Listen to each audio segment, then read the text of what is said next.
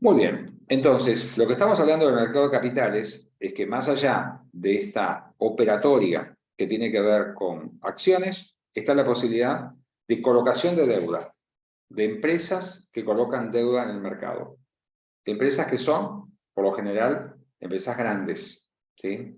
YPF, Arcor, IRSA, ¿sí? Empresas importantes. ¿Eh? Obligaciones negociables pueden ser en pesos o en dólares.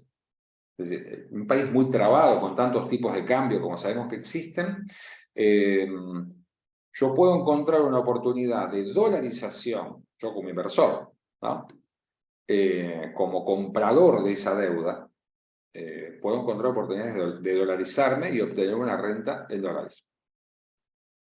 ¿Qué puede ofrecerme a mí pagar en dólares? Y habitualmente aquellos que hacen negocios en dólares. ¿Sí? El emisor tiene que tener capacidad de generación de dólares para después poder pagarme, porque si no se les va a complicar. ¿Sí? Como decíamos, pymes muy pocas que intervienen en el mercado, donde sí hay más pymes, y hay como una especie de, más allá de que tanto para la parte de acciones como para la parte de colocación de obligaciones negociables, hay como un segmento pyme, donde estas regulaciones o condiciones o exigencias que se plantean son más, un poco más fáciles de cumplir. Está el tema del mercado de financiamiento de corto plazo, ¿no? Acciones y obligaciones negociables más de mediano a largo plazo, y la negociación de cheques, que se ha acelerado con el tema, perdón, con el tema de los cheques electrónicos, está más orientado al mercado de la pyme, ¿sí? Eso luego también será un tema que desarrollaremos con mayor profundidad, pero el mercado de capitales, ¿no dice? Viene a reemplazar al mercado financiero en ese segmento. Bueno, pensemos que Argentina pasó un quiebre muy significativo del sistema financiero en el 2001, con la caída de la convertibilidad. Durante ese tiempo, 2001, 2002, el mercado financiero, es decir, no pensaba en prestar, estaba pensando cómo se resolvía el tema de los depósitos, ¿sí? Los depósitos que habían quedado atrapados en el corralito, corralón, etc. Entonces, como el mundo sigue y las empresas tienen que seguir funcionando, y había inversores que tenían dinero y había empresas que necesitaban ese dinero para seguir operando, bueno, el mercado de capitales empezó tenuemente a desarrollar esto. Crecieron más las figuras de los fideicomisos, digamos, distintos instrumentos que pasan por ¿dónde? Por el mercado de capitales. ¿Sí? Por el mercado de capitales. Y ahí sí, como decimos, en la negociación de cheques de pago diferido, fundamentalmente, y ya digo, el tema de la aparición del cheque electrónico facilita enormemente la operatividad de esto. Bueno, ahí vamos a encontrar también esa posibilidad. ¿Estamos? ¿Hasta ahí? Y el mercado financiero, si el mercado de capitales es la bolsa, el mercado financiero son los bancos, aunque no son los bancos exclusivamente, ¿verdad? El mercado financiero hoy es un universo más amplio. Si quieren, también podemos incluir en esto no solamente a los bancos, sino a todo aquel que presta servicios financieros que está destinados, al principio, a veces a individuos, pero después se fue ampliando, ¿no? Hay un ícono de esta modalidad de financiamiento, es decir, de posibilidad de acceder a financiamiento para aquel que comercia a través de una plataforma, que se llama ¿cómo?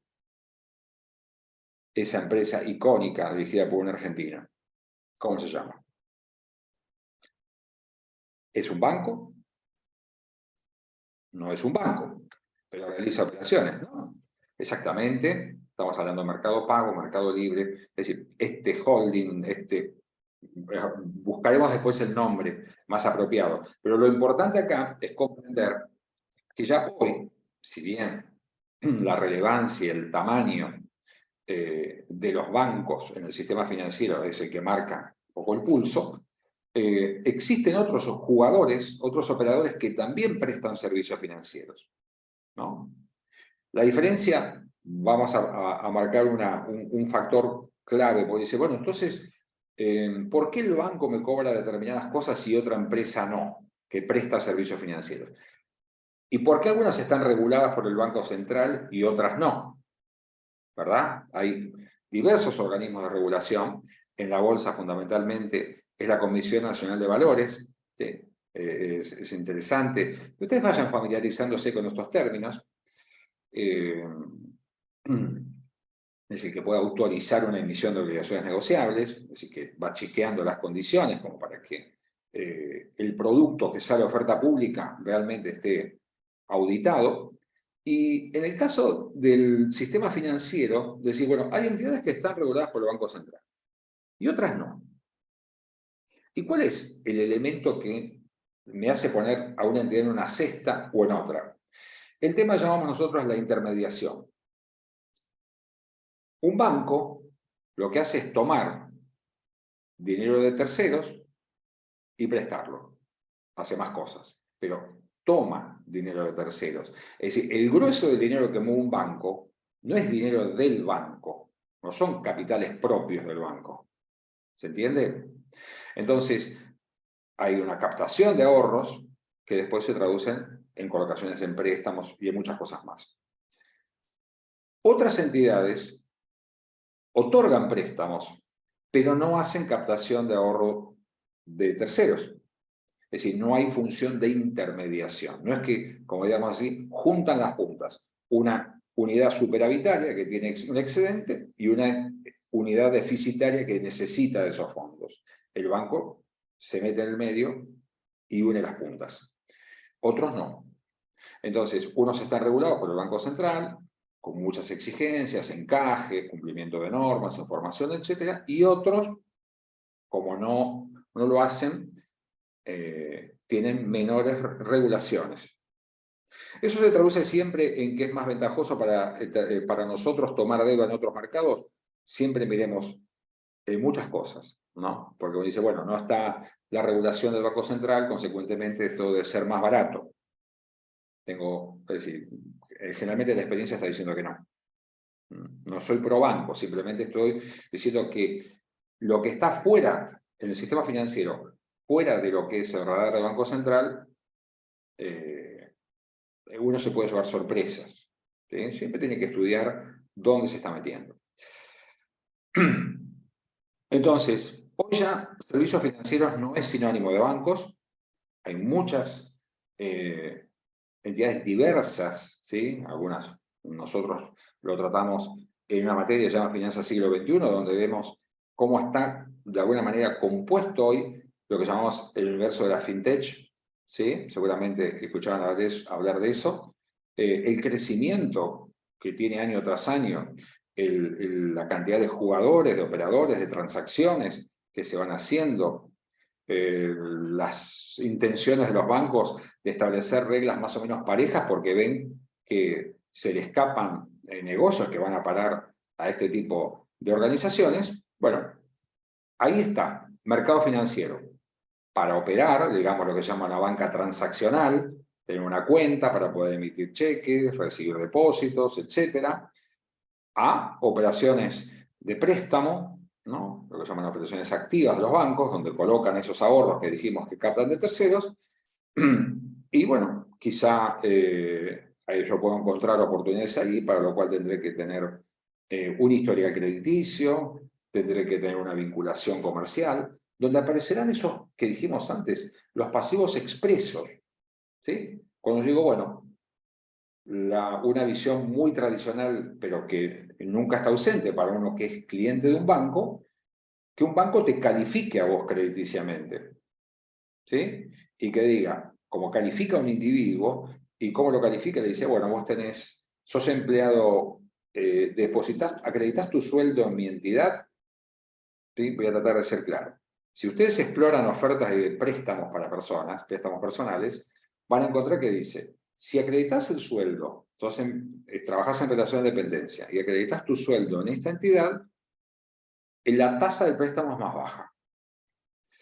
Entonces, el banco que sabe cuánto cobro todos los meses, ¿sí? ¿Qué antigüedad tengo en la empresa? Si va formándose una información. Hay historiales crediticios, ¿sí? Y el banco me califica crediticiamente. Me dice, tenés una línea de préstamo disponible de tanto, a devolver en 36 cuotas con una tasa X. Y me ofrece una tarjeta de crédito, o dos. Y me dice, también tenés estas tarjetas con un límite de tanto. Es decir, estoy calificado crediticiamente como individuo. Bueno, algo similar ocurre con las empresas. La información a veces es más o menos transparente, es decir, más o menos disponible también está. Y lo que hace el banco le dice a la empresa, te doy esta cuenta, te doy un descubierto en cuenta corriente para que vos puedas funcionar, si no tenés y querés girar cheques si no tenés los fondos disponibles en ese momento. Obviamente, ningún servicio es gratis. Te puedo dar una línea para pagar aguinaldos, para facilitarte el desembolso de los aguinaldos, a devolver en determinadas condiciones. Es decir, te va ofreciendo, y esto es lo deseable, que el paquete de servicios y de productos que te da el banco sea acorde a tus necesidades. ¿Sí? Sea acorde a tus necesidades. Entonces, también es un proceso claramente de negociación del cliente para con el banco, es decir, bueno, mira, acá necesito un poco menos, acá necesitaría un refuerzo, y como todo proceso de negociación puede tener un final feliz o no tanto. ¿Sí? También, si decimos que el mercado financiero, el mercado de capitales en Argentina es un mercado raquítico, hay un indicador que es universal. Yo puedo comparar. ¿Comparar qué? Comparar cómo el sistema financiero, por lo menos el que está dentro del radar de los bancos centrales, financia al sector privado. Es decir, provee de fondos al sector privado. Sea empresas, sea individuos, u hogares, o familias, depende del nombre que le quieran poner, ¿no? Hay un indicador que es muy simple. En el numerador, ¿qué tiene?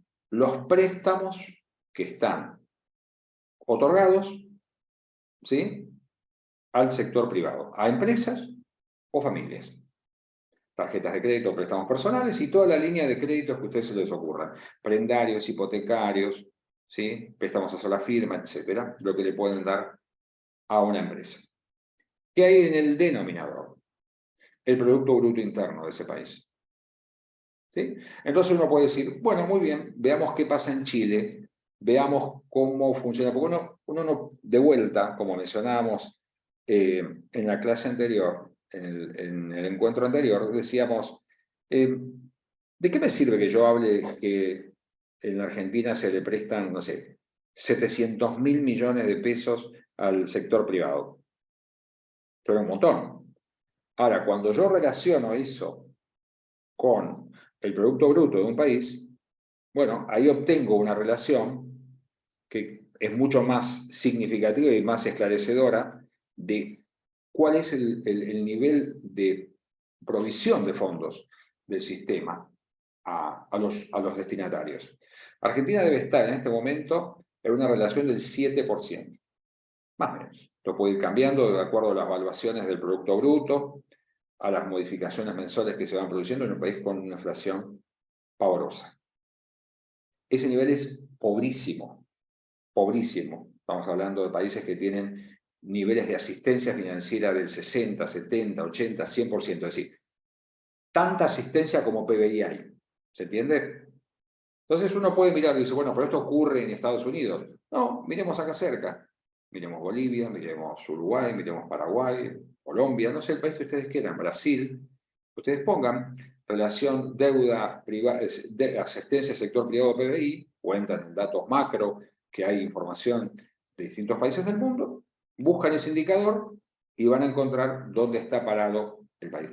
¿Es algo que nos tendría que sorprender? La verdad no, ¿no? Porque hemos cambiado tanto de reglas y tenemos una macro tan inestable que realmente no es de sorprender que esto funcione así. Entre los bancos que quizá no quieren prestar y los tomadores de crédito que no quieren tomar, porque las condiciones son difíciles de cumplir. Mucho riesgo operativo para sumarle riesgo financiero, si queremos calificarlo así. Sigo. Tamaño de edad.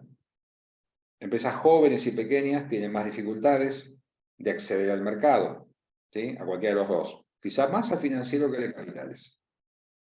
Habría más cosas que decir de esto, pero es importante que ustedes vayan empezando a acercarse a esto. Los mercados no son solamente especulación. Los mercados lo estamos mirando más que nada desde la perspectiva de las finanzas corporativas, de las finanzas de empresas, ¿sí? Aunque también del otro lado del mostrador están los inversores minoristas, ¿no? Y las finanzas personales jugando el partido. Tasa de interés e inflación. Estamos en un momento de alta inflación, con tasas de interés muy dispares, ¿sí? Muy dispares. Los invito a que revisen portales de noticias y busquen información acerca de préstamos que puede otorgar fundamentalmente la banca pública. Y traten de explicarse por qué puede pasar esto que estoy diciendo.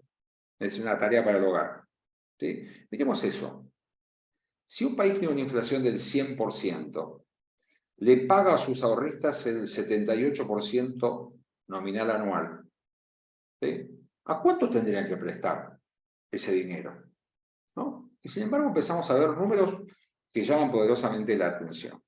Bueno, así es, se llaman también mercado fragmentado, ¿no? Como que hay, si tenés la posibilidad, capaz que podés acceder a condiciones muy ventajosas. Y si no estás en sintonía, las tasas pueden ser realmente confiscatorias para tu rendimiento. Se pueden llevar tu rendimiento y tu capital y muchas más cosas. ¿Bien? Capacidad financiera de los proveedores, esto es lo que hablábamos hoy, financiamiento espontáneo, etc. Vamos. Muchos factores que son los que van a decidir, como dijimos, cuánto podré contar de financiamiento y de qué característica, a dónde tengo que recurrir, dónde voy a conseguir, etc. Bueno, y acá una mención muy rápida a esto, porque si no se nos va a perder la segunda parte. Ahora bien, yo tengo una estructura de inversión, una barra de activos, compuesta por activos fijos y activos circulantes, mis conocidos activos no corrientes y corrientes. Suma 100. Del lado derecho, estoy viendo la barra del financiamiento. Veo que hay tanto de capital ajeno y tanto de capital propio. ¿Sí? ¿Y qué pienso? Lo que yo sé hasta ahora es que hay activos corrientes y hay pasivos corrientes, ¿verdad? ¿Sí? ¿Hasta ahí vamos bien? Hasta ahí comprendí que hay activos corrientes y pasivos corrientes. Si yo pensara en un equilibrio financiero, y supongamos que tuviera el 60% de mi activo compuesto por activos corrientes, ¿sería equilibrado tener del lado del financiamiento el 60% de los pasivos que fueran pasivos corrientes?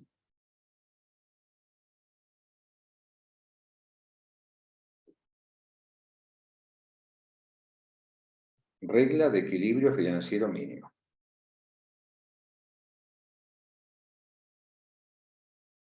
No voy a recurrir a Manuel, el autor que preguntaron antes, pero si quieren participar, obviamente en el chat pueden decirlo.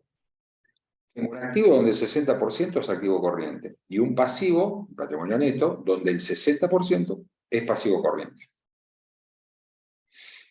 Y los estoy mirando y pienso, ¿esta estructura de inversión-financiamiento está en equilibrio? La primera aproximación. Muy bien.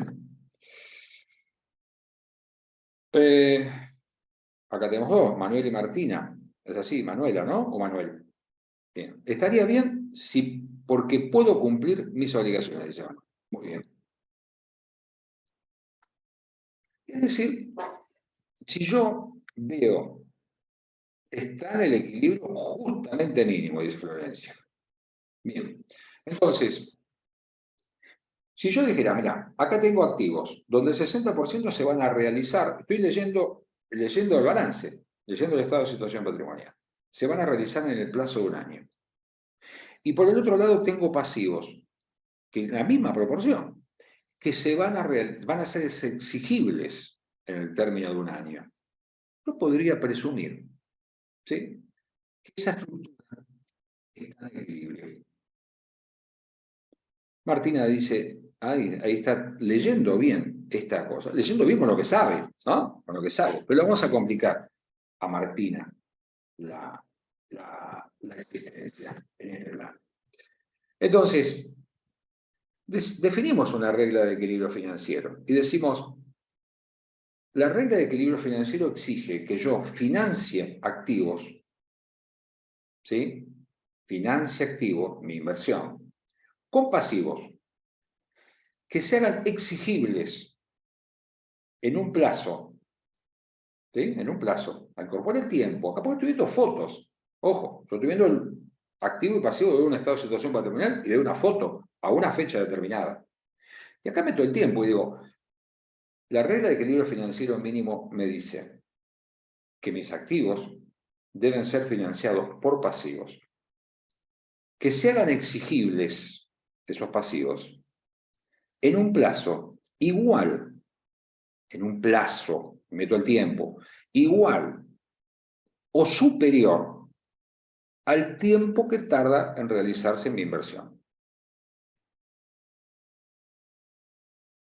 ¿Vamos?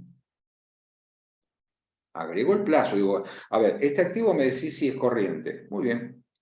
Este pasivo es corriente, los dos son 60%. En apariencia está bien. Pero yo sé que dentro del activo todo lo que está ahí dentro no es igual en términos de plazo de realización. Y lo que está del lado del pasivo, intuitivamente por lo menos, todos esos pasivos que están de este lado, posiblemente tampoco sean exigibles en el mismo tiempo. ¿Está ahí? Tengo disponibilidades, tengo cuentas por cobrar, tengo inversiones transitorias, tengo inventarios. No todo tiene la misma liquidez, no todo se realiza en el mismo plazo. Entonces, ya me surge una duda a mí, ¿sí? ¿Y qué pasaría si mis activos tuvieran algún tipo, mi empresa tuviera algún tipo de contratiempo, ¿no? La demanda se frenara, yo me quedara con unos inventarios que compré y que ahora veo que no puedo vender, por lo tanto las ventas que dijeron, se frena la demanda, significa que mi demanda cae un poco, vendo menos, tengo inventarios para vender más, pero ahora estoy vendiendo menos. Los proveedores tocan el timbre y dicen, hola, vengo a cobrar las ventas que te hice, y yo digo, mira, todavía no las pude vender. Estoy hablando de riesgo operativo. ¿Por qué? Porque estoy hablando de no tuve la previsibilidad respecto de mis ingresos, no está funcionando bien. No es predecible mi flujo. Está sujeto a los humores o a la capacidad de compra de mi demanda. Y del otro lado, tengo proveedores que vienen a cobrar lo que vendieron. Y ahí me doy cuenta que esta primera visión es al menos incompleta. Es una aproximación, primer vistazo, pero no alcanza. Tengo que profundizar más, tengo que mirar tiempo, que es clave en finanzas. Tengo que pensar que ya no importan las magnitudes solamente, importan los tiempos en que esto se realiza y en que esto se hace exigible, para ver ahora si las masas de activo y de financiamiento están sincronizadas temporalmente. ¿Sí? ¿Estamos en eso? ¿Y qué pasa si no están sincronizadas? Si los pasivos se exigen más rápidamente que lo que tardan en realizarse mis activos. Porque recordemos, el activo está asociado a la decisión de inversión, al riesgo operativo y consecuentemente a la incertidumbre. Yo puedo pronosticar ventas, pero esas ventas pueden no cumplirse, esa cantidad puede no ser vendida, ese precio puede no ser alcanzado, o el plazo en el que yo pienso que todo eso se va a producir no coincida con la realidad, sea mayor. Entonces eso dificulta y alarga el tiempo de realización. Y quizá el producto final de lo que sale es menos de lo que tenía previsto. Es decir, estoy planteando un escenario, dicen, muy pesimista. Bueno, está bien, ¿por qué no? Es decir, estoy analizando posibles escenarios. Bien, pero del otro lado, la corriente de obligaciones ciertas y de plazos ciertos y de costos asociados es decir, por el cual yo pedí prestado con un costo, seguramente es decir, el no pagar en los términos pactados genera algún tipo de penalización en tasa, en futuros préstamos, etc. ¿Se entiende esto? ¿Cómo va funcionando? Entonces, ¿qué hacen las empresas cuando observan esto? Dicen, vamos a tener que hacer algo, porque el equilibrio financiero mínimo yo no lo puedo hacer funcionar sin problemas. Entonces, tengo que establecer un margen de seguridad o fondo de maniobra. Yo tengo que decir, a ver, si yo no puedo tener el 60 y 60, ¿por qué? Porque este 60% no me genera tranquilidad y un alto nivel de probabilidad de que cuente con los fondos cuando estos pasivos se hagan exigibles. Yo no puedo financiar esas estructuras así. Yo tengo que financiar una porción de mi activo corriente o circulante, ¿sí? Quizá con una parte que sea de mayor plazo. De manera tal que si se da alguna dificultad, alguna interrupción o algún alargamiento en los tiempos que tardo en hacerme de mis fondos, no todos mis pasivos sean exigibles en ese plazo, los pasivos que estoy usando para financiar ese activo. ¿Se entiende? Esto es importante, porque estamos viendo una foto, pero a su vez estamos pensando dinámicamente. ¿Sí? ¿Sí o no? Margen de seguridad es lo que empezamos a analizar cuando el equilibrio financiero mínimo no nos parece viable o posible. Entonces, el margen de seguridad se calcula por la diferencia que hay entre mi activo corriente o circulante y mi pasivo corriente. Si tengo un problema de que los tiempos de realización no son predecibles o el flujo no es predecible, yo voy a usar una parte de fondos de largo plazo para financiar mis activos de corto, para contar con un colchón para atender este tipo de contingencias. Entonces va a ser la diferencia entre mi activo circulante y mi pasivo circulante, o si quieren, entre mi activo corriente y mi pasivo corriente. Cuando yo mire una empresa que tiene un activo corriente del 60% y diga, ah, bueno, entonces del otro lado tengo que tener un pasivo corriente del 60%, y vea que el pasivo corriente es el 40%, y el resto son fondos de mediano a largo plazo, eso me está diciendo algo. Me está diciendo que posiblemente el riesgo operativo de este negocio no le permite endeudarse para establecer un sistema de equilibrio donde haya un 60% de deuda de corto plazo. ¿Se entiende? A eso llamamos nosotros un margen de seguridad positivo.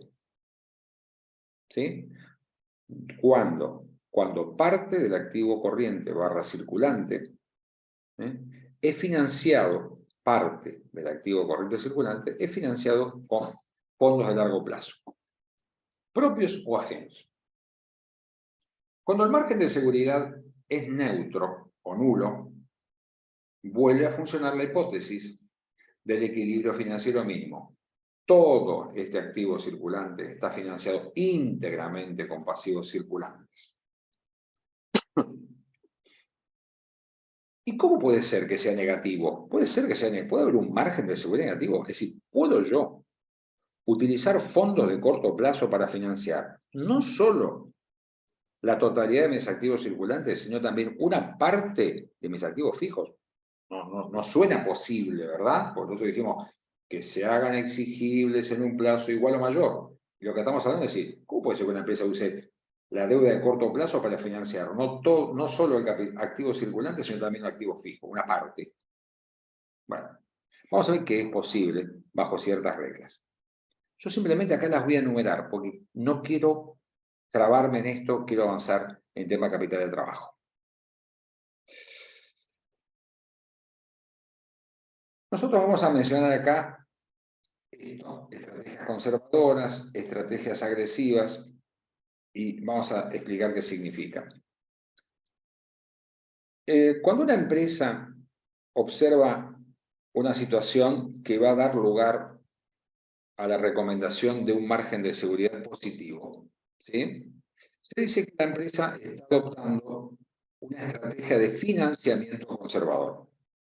No está apostando. Bien, Florencia, buena pregunta. Buena pregunta. Clave.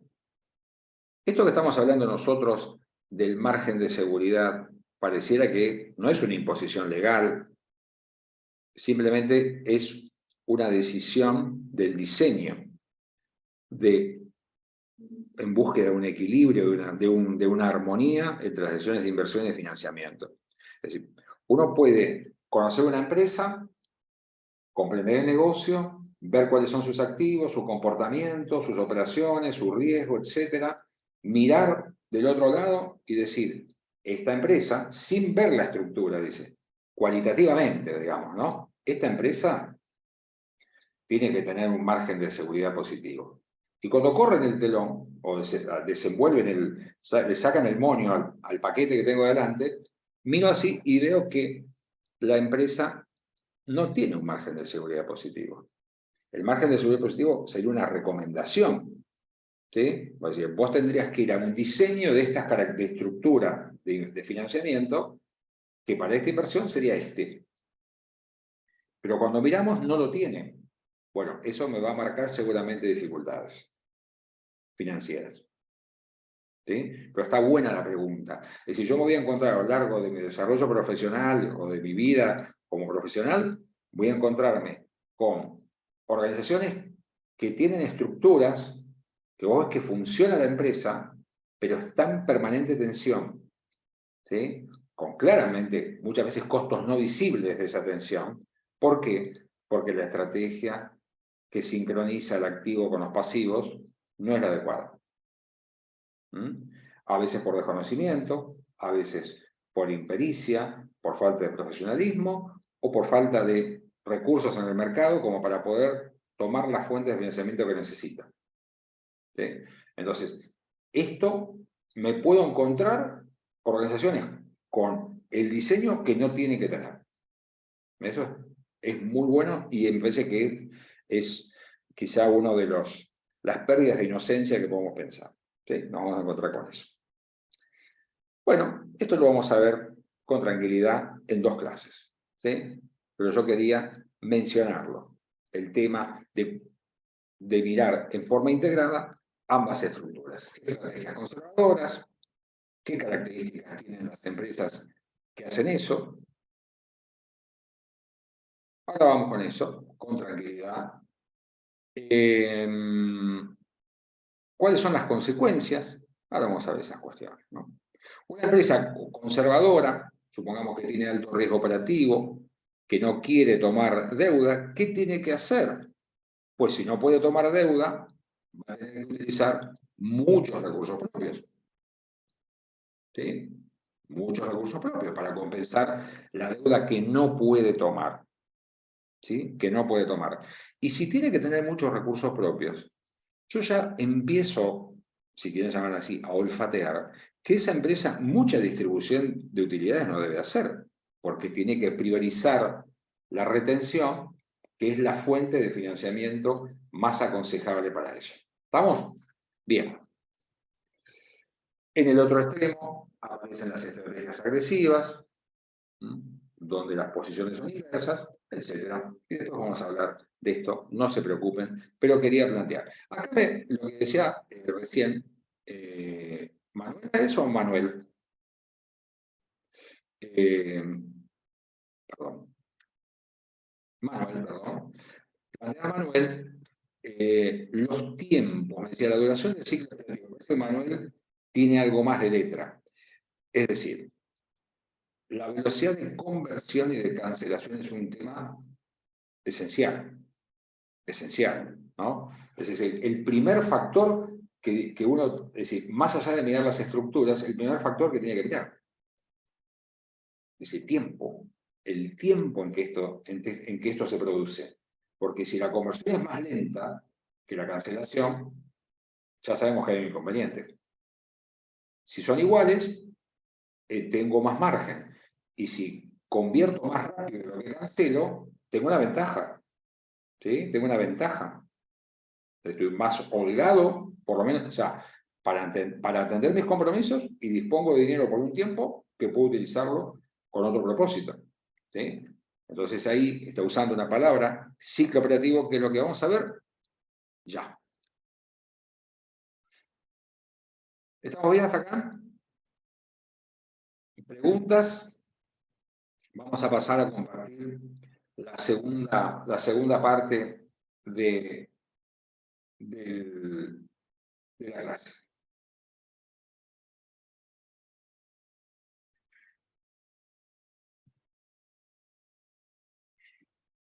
Muy bien. La segunda parte es una introducción, la vamos a hacer acorde a los tiempos, como para no eh, excedernos en los tiempos que podemos sostenerlo. Esto. Dentro de los activos, acá vamos a hacer, por hoy por lo menos, nos vamos a tomar la licencia de ¿qué? ¿De hacer qué? De analizar ahora los activos, en principio por separado de los pasivos. Esta es una división que nunca se puede hacer, siempre están ahí vinculados. Pero por ahora vamos a tomarnos esta licencia para comprender el funcionamiento. ¿Sí? Dentro del activo, dijimos que había distintas categorías, activos corrientes, no corrientes, y que también los llamábamos a veces activos circulantes y activos fijos. Y que cuantitativamente el activo circulante es el activo corriente. ¿Sí? ¿Y qué es el activo circulante? Nosotros podemos llamarlo indistintamente capital de trabajo. Capital de trabajo.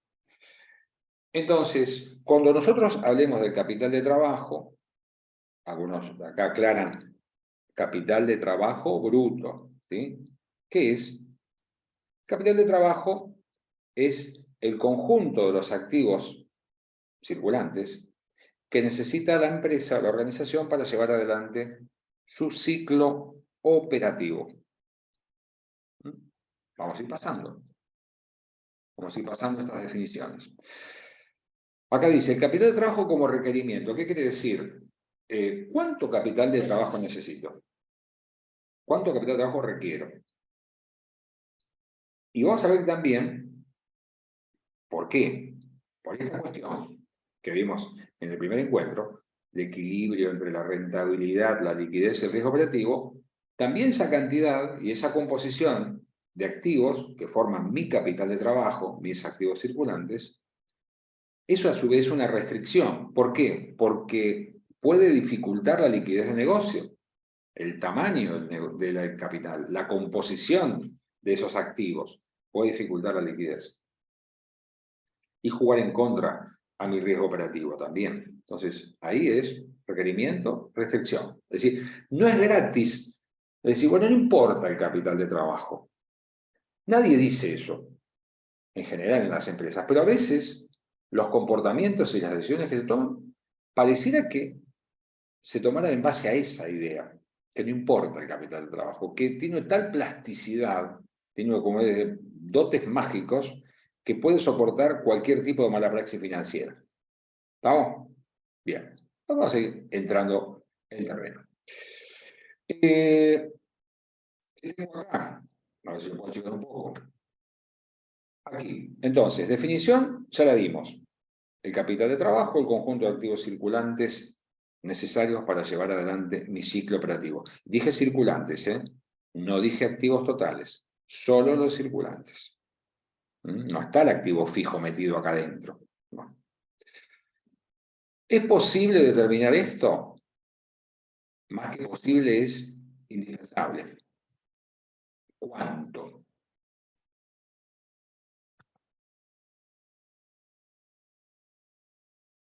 Perdón.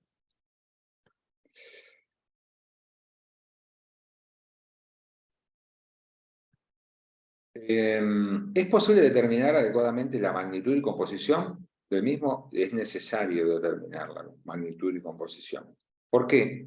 Porque está ligado a la rentabilidad. Cuanto más recursos use, si no los necesito, estoy castigando la rentabilidad del negocio, la productividad financiera, y cuanto más recursos necesite, voy a necesitar más financiamiento.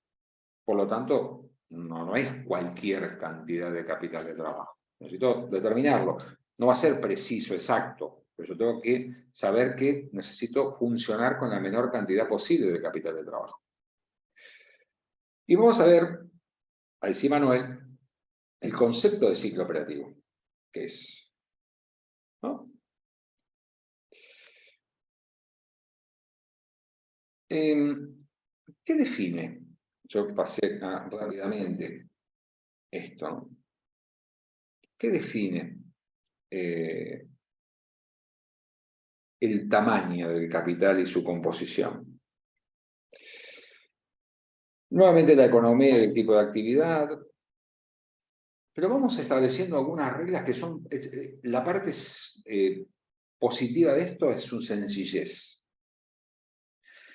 Yo tengo un activo circulante, ¿qué hay ahí? Disponibilidades, inversiones transitorias, ese dinero que tengo invertido para obtener un rendimiento, pero todavía no tiene una finalidad específica, inversiones en un fondo común de inversión, en un plazo fijo, en algún activo de fácil liquidación. Tengo créditos derivados de mis ventas y tengo, si soy una empresa comercial barra industrial, tengo inventarios, bienes de cambio, materias primas, productos terminados en proceso, bienes finales, etc. Cuando mi nivel de actividad crece, aumentan mis ventas, el tamaño de la inversión crece. Está en relación directa. Más nivel de actividad, mayor requerimiento de capital de trabajo. Vía la inversa. Pero tenemos que definir este concepto de ciclo operativo, porque lo hemos mencionado tantas veces que tenemos que decir qué es.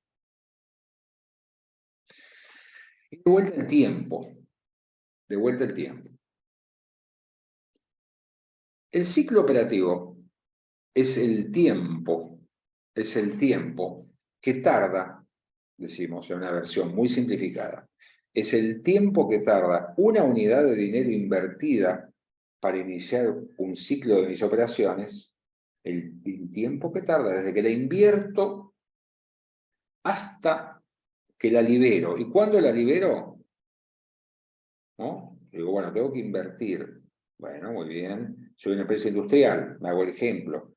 Tengo las materias primas, las proceso, las elaboro, ¿sí? Agrego valor, las termino, las guardo en un stock, las vendo a crédito y ahí termina el ciclo. No, el ciclo termina cuando se libera definitivamente, o sea, cuando se cobra el precio. Todo ese tiempo que yo tardo en llevar adelante mi ciclo operativo es el ciclo operativo, ¿verdad? Es el tiempo que demanda esa operatoria. Fíjense que dije desde que invierto, pero no menciono quién pone el dinero para poder hacer esta operación. Por ahora. No quiero complicar eso. Entonces, el ciclo operativo, ¿sí? O ciclo dinero, mercadería, dinero, también llamado, ¿sí? Dinero, mercaderías, dinero. La extensión de ese ciclo, ¿sí? Es un elemento que no me resulta indiferente a mí. Porque yo puedo vender la misma cantidad de unidades, puedo mantener mi nivel de actividad mi nivel de actividad sin modificaciones, pero para vender lo mismo, puedo tener que darle más plazo a mis clientes para que me paguen. Lo cual alargaría la cantidad de días, realmente el ciclo se mide en días, que necesito para poder cumplir este proceso, desde la inversión hasta cobrar el precio. Tardaría más días. Y como los ciclos, no es que yo inicie un ciclo cuando termino el anterior. Generalmente los ciclos se van lanzando, ¿no? Lanzando y iniciando de manera paralela, ¿sí? Salvo en algunas actividades. Bueno, cuanto más largo el ciclo, mayor el nivel de inversión que voy a necesitar. ¿Por qué? Porque el tiempo que tarda en nivelarse los recursos es más largo. Más actividad, duración del ciclo, y viceversa. Yo empiezo, a ver, esto decíamos, a mí me interesaría poder vender la mayor cantidad posible de mis bienes o servicios en la menor cantidad de tiempo posible, poder cumplir esto. Pero a veces eso no se puede hacer. Y se generan lo que se llaman aquí solapamientos. Es decir, solapamientos, ¿qué quiere decir? Es la cantidad de ciclos que yo mantengo sin terminar de manera simultánea. A mayor extensión del ciclo, cuando el ciclo es más largo, la posibilidad de que existan muchos ciclos abiertos simultáneamente es mayor. ¿Sí? Por lo tanto, los solapamientos serán más grandes. A ver. ¿A qué te referís con recurso? Que cada recurso tiene su propio ciclo. A ver, ¿qué está diciendo?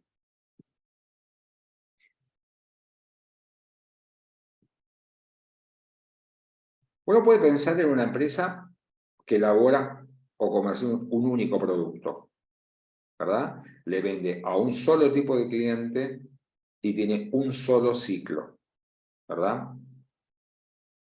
Pero la realidad es que las empresas tienen, por lo general, una cantidad de productos diversa, ¿sí?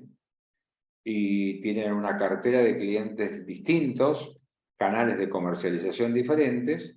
Por lo tanto, es posible que cuando vos querés determinar el ciclo operativo de tu negocio, te centres o empieces a ver que hay, es decir, para conocerlo eso tenés que conocer los productos que vendés, sus características, los clientes que tenés y los canales de comercialización que estás empleando. Entonces, un mismo producto puede tener una duración del ciclo por un canal más corta y por otro canal una duración más extensa, ¿verdad?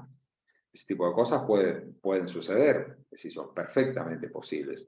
Uno por ahora está planteando la situación más sencilla, ¿sí?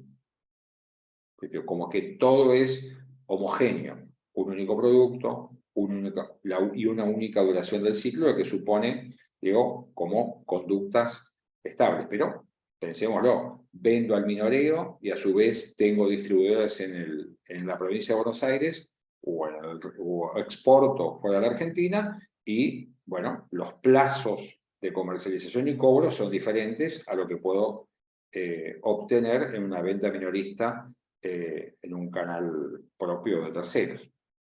Esto se entiende, ¿verdad? Si no lo quiero complejizar todavía, quiero que entendamos la dinámica. Bien, perfecto. Vamos adelante. Entonces, relación directa entre la inversión y estos factores. El costo del producto. Cuanto mayor sea la cantidad de dinero que yo tengo que inmovilizar para iniciar mi ciclo, consecuentemente, mayor va a ser la inversión. Tengo poniendo más pesos para iniciar un ciclo. ¿Y qué costo tengo que tomar? ¿Sí? ¿Qué costo tengo que tomar? Bueno, acá aparecen distintas apreciaciones respecto de esto.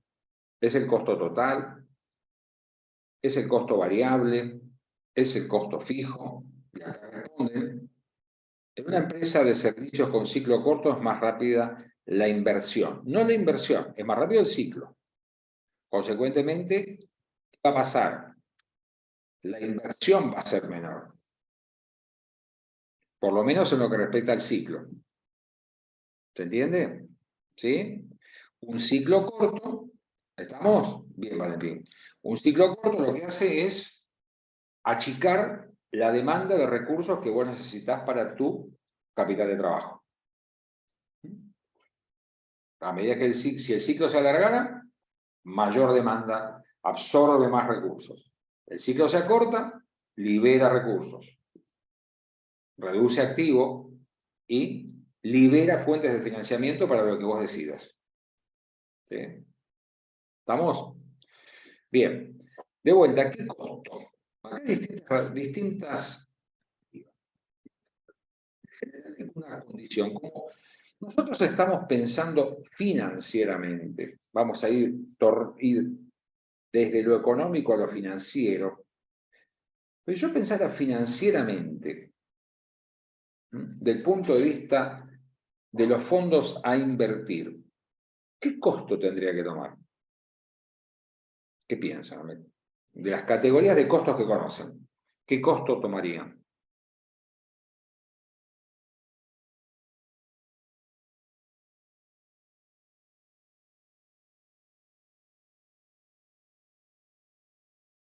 Costo total, costo variable,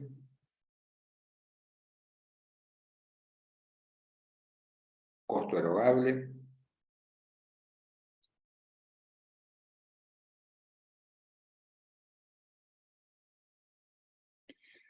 Los costos totales erogables ponen aquí. Y yo diría que sí, ¿verdad? Los costos que tenés que desembolsar. Después como dijimos, no importa dónde sale el dinero. Es decir, eso dará lugar a algo que se tiene que invertir ahora, se tiene que disponer ahora.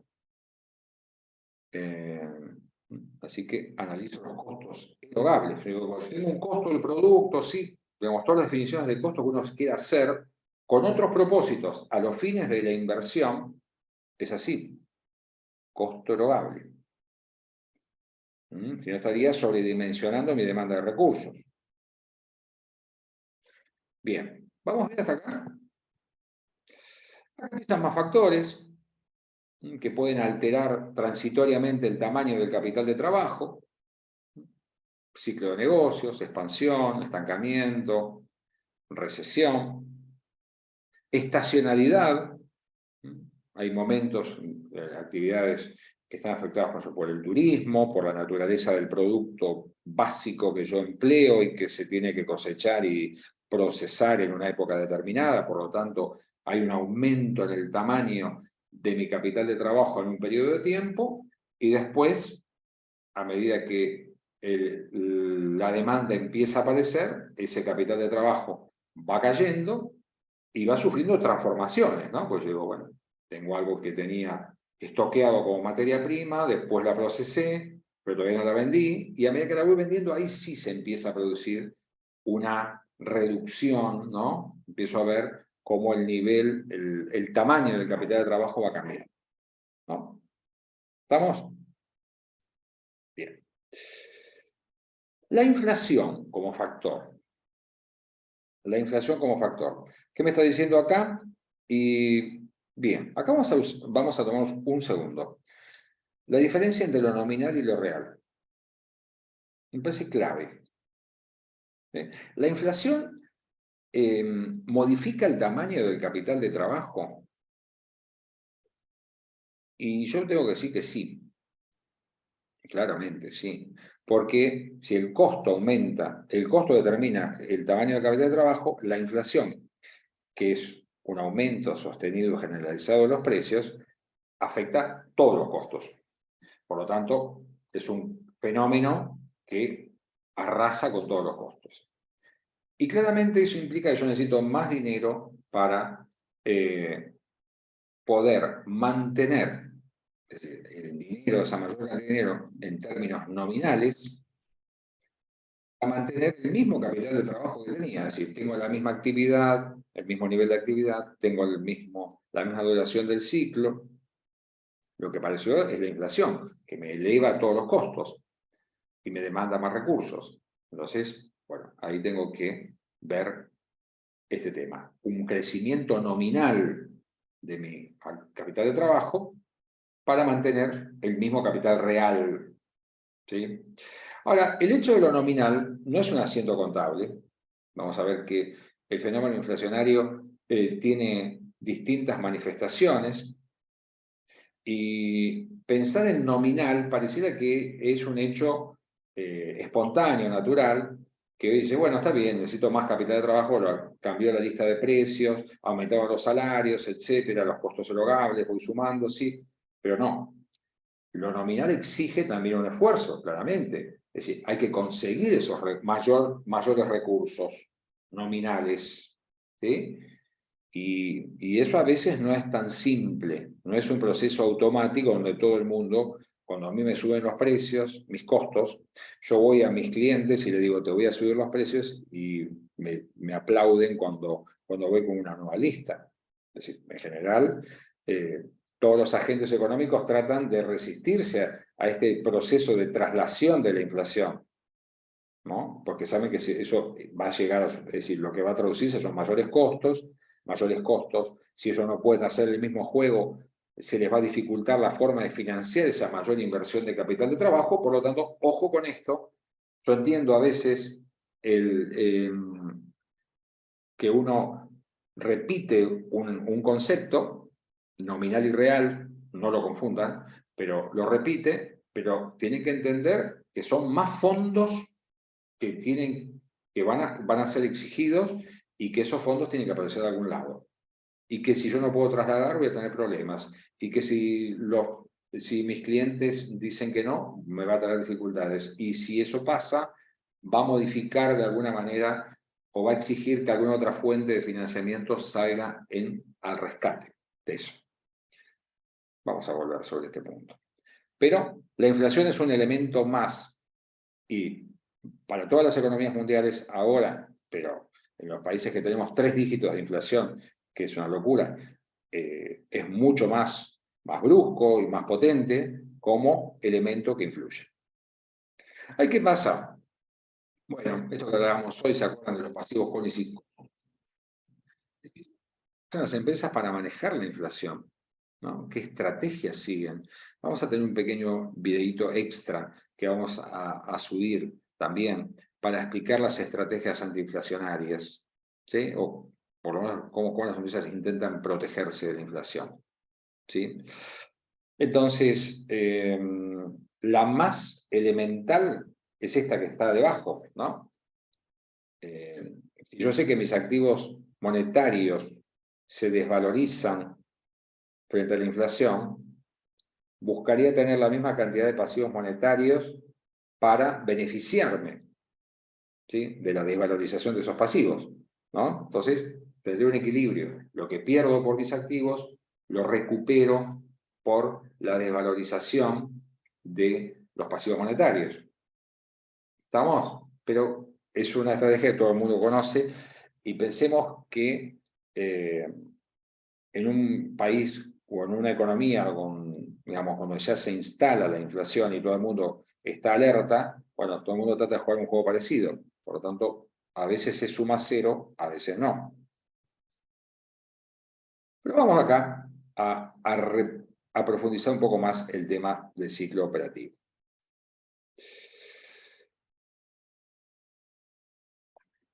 Bien.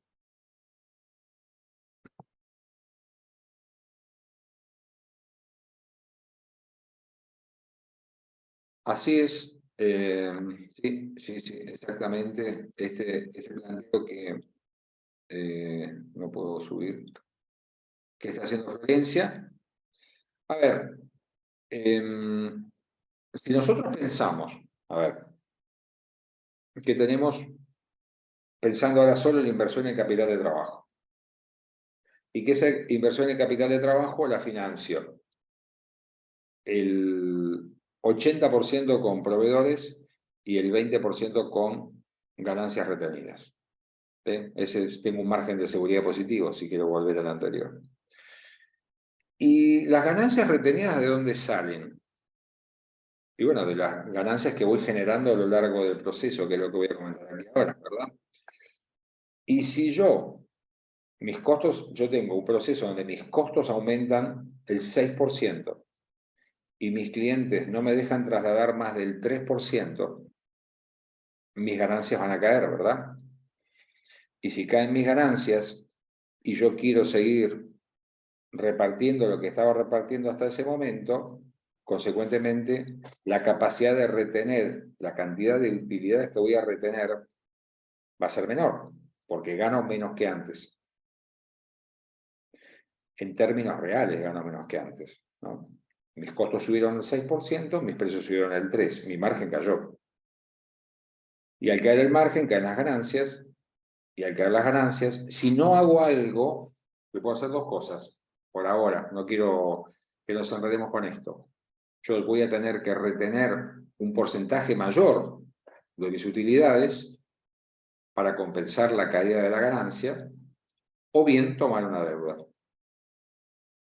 ¿Sí? Si no puedo hacer esto, o no quiero modificar mi retención de utilidades, voy a tener que tomar una deuda. De algún lado debe salir el dinero. ¿Por qué? Porque la inflación sobre mis costos aumentó el requerimiento de capital de trabajo, el tamaño de mi activo. El problema que tengo es que no genero la misma capacidad de ganancias que generaba antes. Sigamos. Vamos a volver sobre este punto. Entonces, el ciclo inicia con un capital que se aplica, los fondos que se tengo que invertir. Y ese ciclo finaliza al cabo de un tiempo, 90 días. Y libera unos recursos. ¿Es qué, finalmente? El precio. El precio del bien o servicio que vendo. Yo cobro el precio. ¿Y qué hay dentro del precio? Empiezo a separar. En el precio, ¿qué hay? El capital que apliqué, los costos erogables. ¿Sí? Los costos erogables. ¿Qué más? Este es muy bueno. Los costos no erogables. A ver, ¿cómo es esto? Si yo no tuve que invertir, si yo no tengo, ¿qué es un costo no erogable? Las amortizaciones de bienes de uso, por ejemplo. ¿Sí? Cuando yo fijo un precio de venta, más allá de que yo tenga que invertir costos erogables, sea la definición que dijimos al principio, cuando yo fijo un precio, yo digo, bueno, muy bien, ¿qué tengo que recuperar a través del precio? Los costos erogables, los costos no erogables también. Yo tengo que recuperar todos mis costos, según como los clasifique, pero yo tengo que recuperar todos mis costos. Como lo estoy viendo de manera financiera, estoy pensando en los erogables, en los no erogables, y tengo que ver qué precio pongo para obtener una ganancia. Y esto es lo que me libera el precio, ¿no? Todo esto. Entonces, si yo opero con ganancias, ¿sí? Si yo opero con ganancias, esto es lo que voy a liberar. ¿Estamos de acuerdo acá?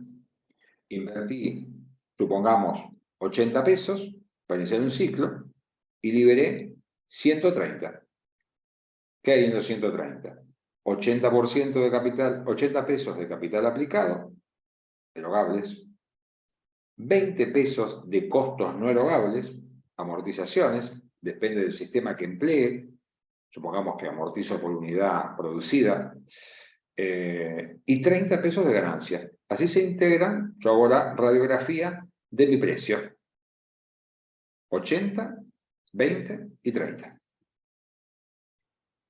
Si esas condiciones no cambian, ¿sí? No se modifican, acá está mi ciclo, pongo pesos, se produce este proceso de incorporación de valor, comercialización, venta y cobro. Y hasta el ciclo operativo. En 90 días hice todo eso. Transcurrieron 90 días desde que empezó el proceso hasta que se cobró el precio. Y se liberó el capital. Entonces, a ver, yo con 80 pesos sé que hoy soy capaz de iniciar un ciclo. Si mi nivel de actividad es el mismo, si la duración de mi ciclo es el mismo, si no hay inflación, solo necesito 80 pesos. Y me quedan, ¿qué? Me quedan los costos no erogables, porque estoy recuperando, a través de las amortizaciones, estoy licuando ese activo fijo. No sé cómo se pagó ese activo fijo. Quizá lo deba todavía, ¿no? Lo financié a 5 años, o lo pagué en su momento, íntegramente. Yo sé que hoy tengo esos fondos. Tengo los 20 pesos de costos no erogables y tengo los 30 pesos de mis ganancias. En total, por cada ciclo, me quedan 50 pesos extras. Es lo que llamo autofinanciamiento o excedente financiero del ciclo operativo, compuesto por los costos no erogables y las ganancias. Y acá tengo los usos posibles. ¿Sí? ¿Qué puedo hacer con ese excedente? ¿Guardarlo como tal? ¿No? No parece muy razonable, ¿verdad?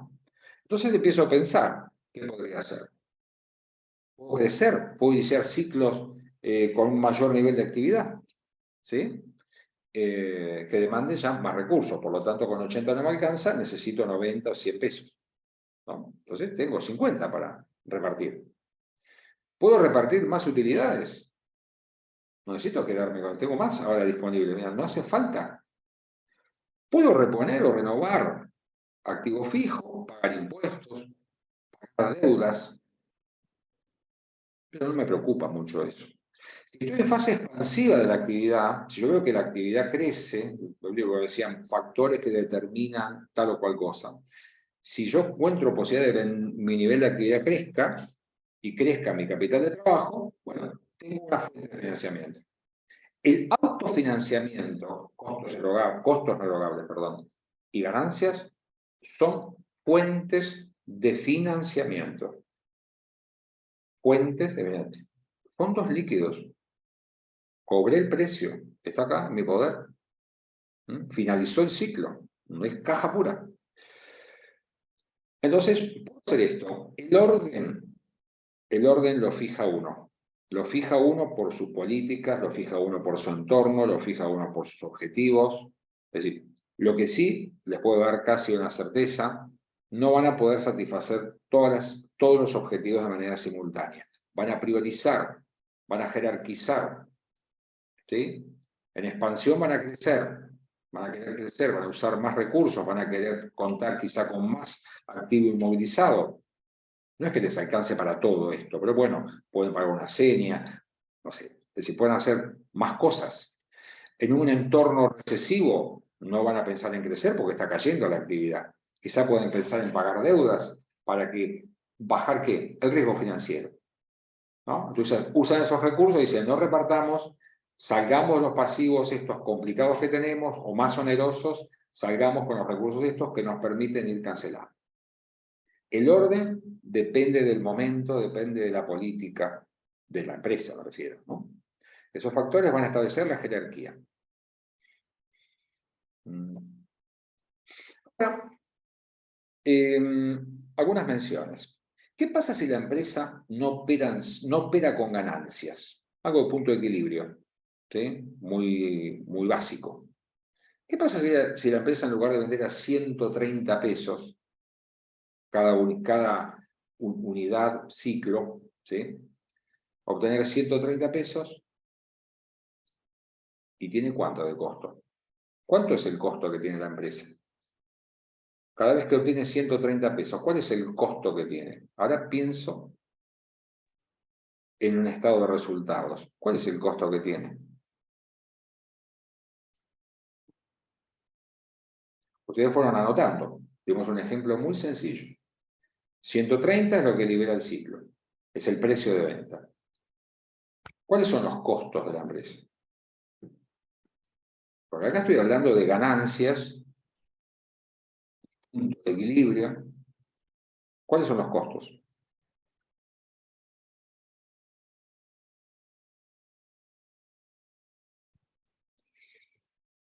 ¿Cuánto? ¿Cuánto, Manuel? Los erogables y no erogables. O sea,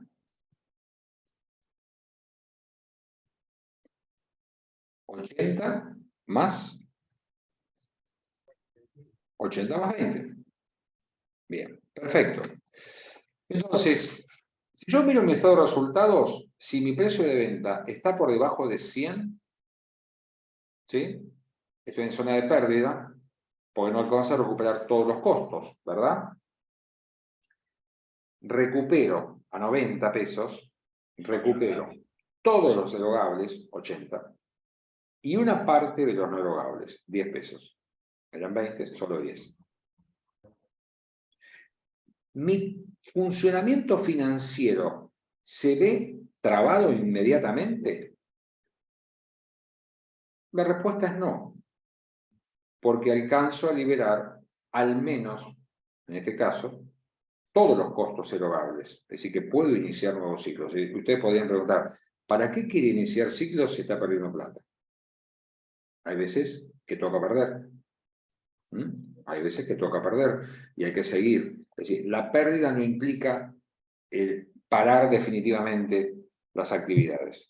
¿Sí? Pensemos en la pandemia, fenómenos generalizados de pérdida, que las empresas buscaron la manera de poder de continuar operando, vendiendo a pérdida, incluso sin tener ingresos. Bueno, como lo hicieron, es un capítulo muy interesante para analizar. Vende a 90, recupera 10 de los no erogables y 80 de los erogables. Vende 80, ¿sí? Ahí se empieza a complicar, pero todavía recupera la totalidad de los costos erogables. Entra en zona de pérdida. ¿Cuáles? ¿Cuáles? Es decir, las que se fijan por lo devengado, ¿no? Y acá empieza un planteo. ¿Por qué? Porque la empresa, según la intensidad, es decir, según sea la pérdida, y en función de los costos que pueda efectivamente recuperar, empieza a analizar distintas variantes. Uno puede decir que cuando las pérdidas le permitan aún recuperar todos los costos erogables, el proceso funciona. ¿Sí?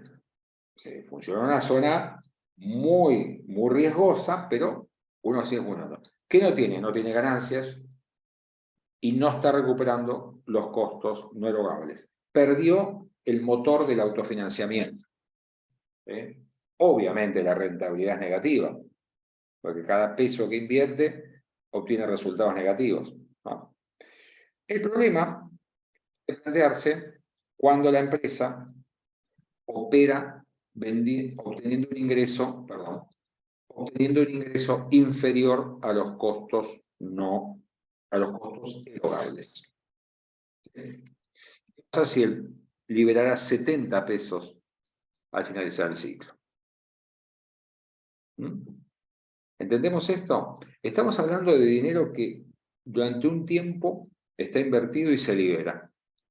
El escenario más, digamos, el normal es que el capital que libera al final del ciclo le alcance para cubrir los costos no erogables, los no erogables y obtener una ganancia. Pero esta situación puede ser que transitorio o de una manera más prolongada lo haga funcionar con liberaciones de capital que no cumplan esa condición. Nos quedará para la próxima, cuando calcemos esto, como estábamos mencionando recién, con las fuentes de financiamiento del capital de trabajo, a ver, ¿cómo hace una empresa que no alcanza a recuperar la totalidad de sus costos erogables? ¿Qué hace? ¿Cierra? Vamos a ver que la respuesta es no.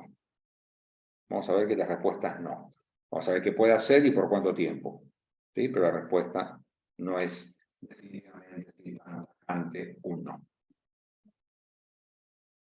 Bueno, ese es un punto. Ese es un punto. Duración del ciclo, vamos a ver ahora, y capital invertido, capital liberado. autofinanciamiento, me grabo esa idea, autofinanciamiento por los costos no erogables, también llamado autofinanciamiento por mantenimiento, y por ganancias, autofinanciamiento por enriquecimiento. ¿Sí? Son recursos financieros que la empresa puede disponer para crecer, pagar deudas, reponer activos, distribuir, etc. El dinero es fungible. ¿Qué significa? Que no estamos con afectaciones presupuestarias como si estuviéramos en el sector público. Hay una caja. Hay una caja. ¿Sí? Yo conozco el origen de los fondos. ¿Sí? Y más frescos, en la próxima clase que va a ser presencial, vamos a analizar de vuelta este fenómeno, porque vamos a tener el tiempo para hacerlo. Es decir, las preguntas que dejo flotando son, ¿sí? Las preguntas que dejo flotando son, ¿el dinero que proviene del recupero de los costos no erogables se puede utilizar libremente? ¿Existe alguna restricción? ¿Algún peligro? Pregunta 1. Pregunta 1. Una empresa que pierde, ¿sí? En ese escenario de los 90, que yo digo, bueno, 80 erogables, 10 no erogables, vende a 90 y entonces consecuentemente está perdiendo, vende por bajo sus costos. ¿Puede así todo permitir que se retiren dinero a cuenta de utilidades? Es posible, es posible. Vamos a pensar eso y vamos a contestarlo, ¿sí? Igual tienen también un video sobre el tema de amortizaciones. Ese tema me parece interesante, yo lo agregué hace 1 o 2 años para ver la visión contable de las amortizaciones y la visión financiera de las amortizaciones. Ahí hay un largo trecho para analizar. Bien. Acá vamos a hablar de alargamiento. Esto lo podemos ir para ir solapando con lo que sigue.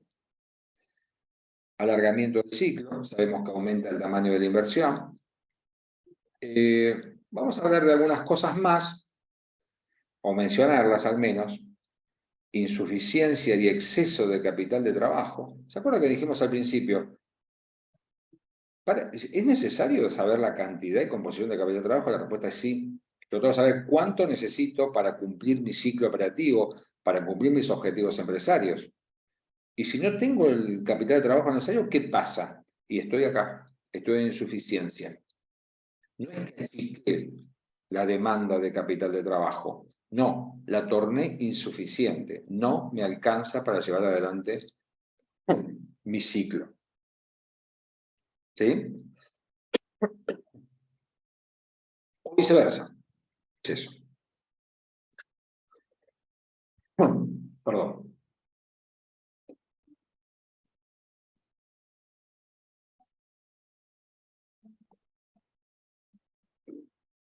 La pregunta que quedará para cuando tenga garganta y tiempo, todos, es saber a veces por qué las empresas caen en insuficiencia.